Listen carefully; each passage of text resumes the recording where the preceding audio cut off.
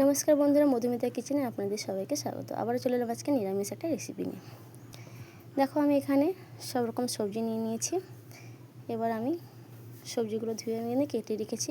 এবার চলো, এখানে মশলার জন্য আমি একটা মিক্সার জারে আদা, কাঁচা লঙ্কা, টমেটো আর একটু কাজু দিতে পারো, না দিতে পারো, আর জিরে, গোটা জিরে আর গোটা ধনে, আর সামান্য একটু জল দিয়ে আমি এটাকে বেটে নেব। দেখো, আমার বাটা হয়ে গেছে। চলো, এবার গ্যাসের মধ্যে একটা কড়াই বসিয়ে দিলাম। কড়াইটা আমার গরম হয়ে গেছে। এবার আমি এখানে তেল দিয়ে দিলাম, দিয়ে আমি আলু দিয়ে দিলাম। তেলটা আমার যেহেতু গরম হয়ে গেছে, এখানে আমি আলু ভাজিয়ে দিলাম। আলু ভাজার জন্য আলুগুলো কিন্তু আমি একটু লাল করে ভেজে নেব।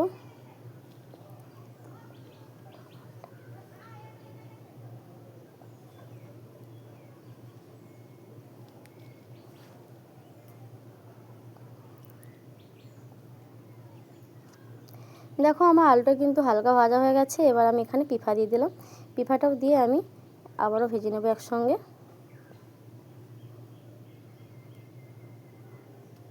যেহেতু আলুটা সিদ্ধ হতে বেশি সময় লাগে, পিফাটাও কিন্তু সিদ্ধ হতে বেশি সময় লাগে, তাই জন্য আলুর পর কিন্তু পিফাটাও দিতে হবে, বা পিফা আলু একসঙ্গে দিয়েও তোমরা কিন্তু ভাজতে পারো। দেখো, আমার কিন্তু পিফাও ভাজা হয়ে গেছে।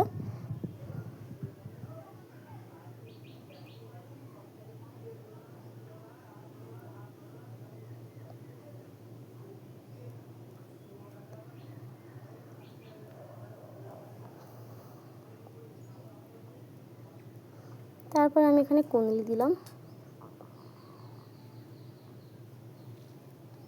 কুঁদলিটাও দিয়ে আমি আবারও একসঙ্গে ভেজে নেব। তারপরে আমি একটু আনিছি নুন ঢোকার জন্য, আমি কিন্তু নুন দিয়ে দিলাম। যেহেতু আমি নুন মাখিয়ে রাখিনি, আগে থেকে ধুয়ে রেখেছিলাম। ভাজতে ভাজতে কিন্তু নুনটা দিলে সব ভাজাও হয়ে যাবে আর ভিতরে নুনও ঢুকে যাবে, তাই জন্য নুন দিয়ে আবারও একসঙ্গে ভেজে নিতে হবে।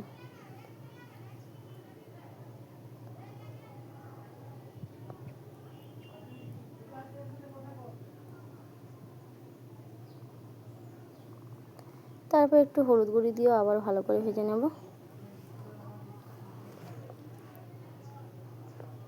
এখানে কিন্তু তোমাদের পরিমাণ মতো নুন আর পরিমাণ মতো হলুদ দিতে হবে। যেমন আনিস দেবে তেমনভাবে তোমরা কিন্তু এখানে নুন হলুদটা অ্যাড করবে, ঝালটাও সেভাবে অ্যাড করবে। যেহেতু আমি এখানে কাঁচা লঙ্কা বেটে দিয়েছি, কিন্তু এখানে আমি গুঁড়া লঙ্কা অ্যাড করব না। আজকে আমি সম্পূর্ণ কাঁচা লঙ্কা দিয়ে রান্না করব। তারপরে আমি সোনাটা কেটে রেখেছিলাম, সেই সোনাটা দিয়ে আবারও একসঙ্গে ভেজে নেব।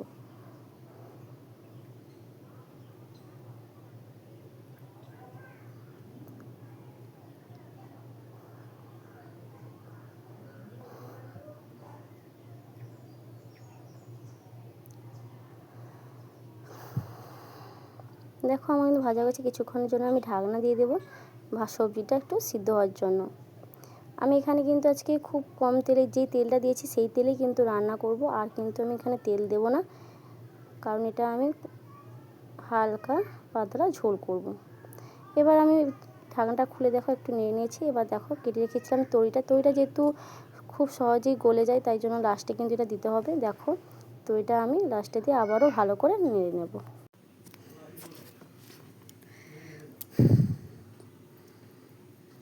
ভালো করে একসঙ্গে ভেজে নেব।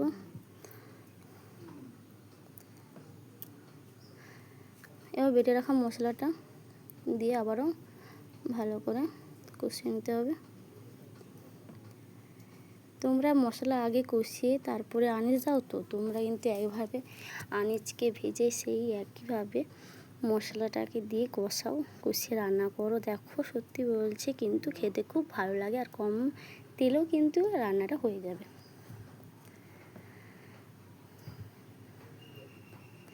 এইভাবে কিন্তু মশলাটাও কষা হবে আর সবজির ভিতরেও মশলা ঢুকে যাবে, তাতে কিন্তু খেতে ভালো লাগবে আনিসটাও সুদা। এইভাবে কিন্তু আমি সব একসঙ্গে কষিয়ে নেব।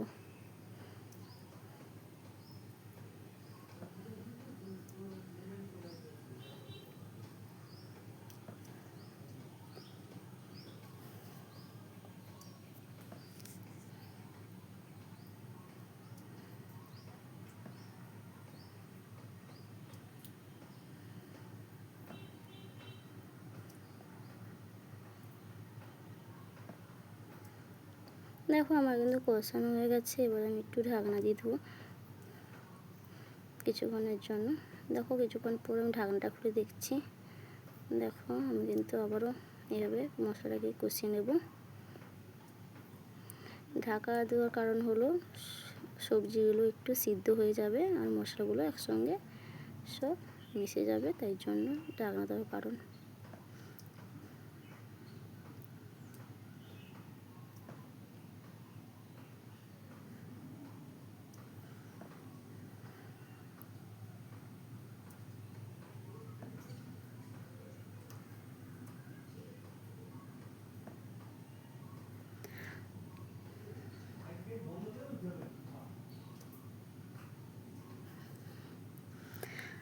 আমার কিন্তু মশলা কষা হয়ে গেছে, আবার একটু জল দিয়ে ভালো করে কষিয়ে নেব।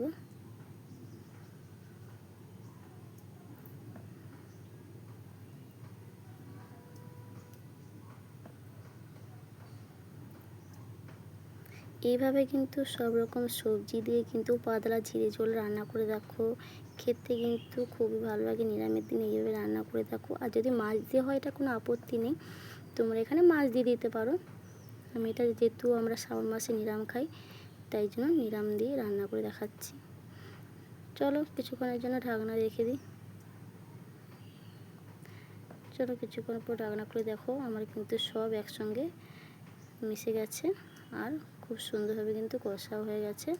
এবার চলো জল দিয়ে দিই, যেহেতু পাতলা ঝোল বলেছি তাই জন্য এটা কিন্তু খুব পাতলা করতে হবে। তোমরা যেভাবে জল তোমরা বাড়িতে যজন সেইভাবে রান্না করে দেখো, তোমরা যেমন ঝোল পছন্দ করো সেইভাবে জল দেবে। চলো আমি কিছুক্ষণের জন্য ঢাকনা দিয়ে রেখে দিই, ঝোলটা ফুটে এলেই। দেখো আমার কিন্তু ঝোল ফুটে গেছে, এখানে আর কোনো মশলা দেওয়ার দরকার নেই। আমার রান্না হয়ে গেছে, তোমাদের কেমন হলো অবশ্যই কমেন্ট করে জানাও।